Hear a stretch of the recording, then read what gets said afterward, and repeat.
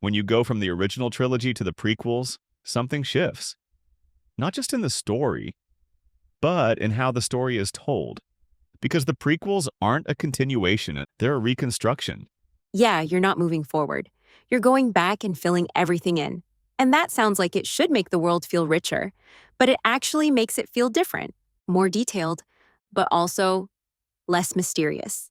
And that difference is important. Because this is still the same creator, George Lucas, but under completely different conditions. In the original trilogy, there were constraints, budget limitations, technical limitations, collaboration that forced simplification. In the prequels, those constraints are largely gone. Which means what we're seeing now is much closer to his full vision. Not filtered, not reduced, just expanded.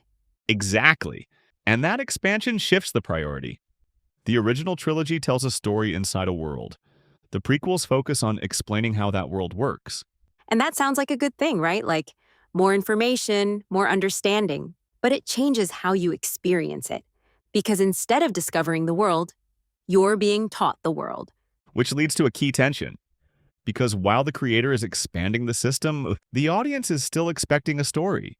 Yeah, people didn't walk into these movies thinking, I hope I learn how the Senate functions today. They wanted another adventure, another emotional ride, something that felt like the originals. And instead, they were given structure, politics, institutions, systems. And that's where things start to feel different, not worse, necessarily.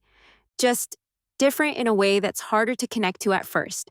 Because there's a fundamental shift happening here, from myth to explanation. And once you start explaining something that originally felt like a myth, It stops functioning like one.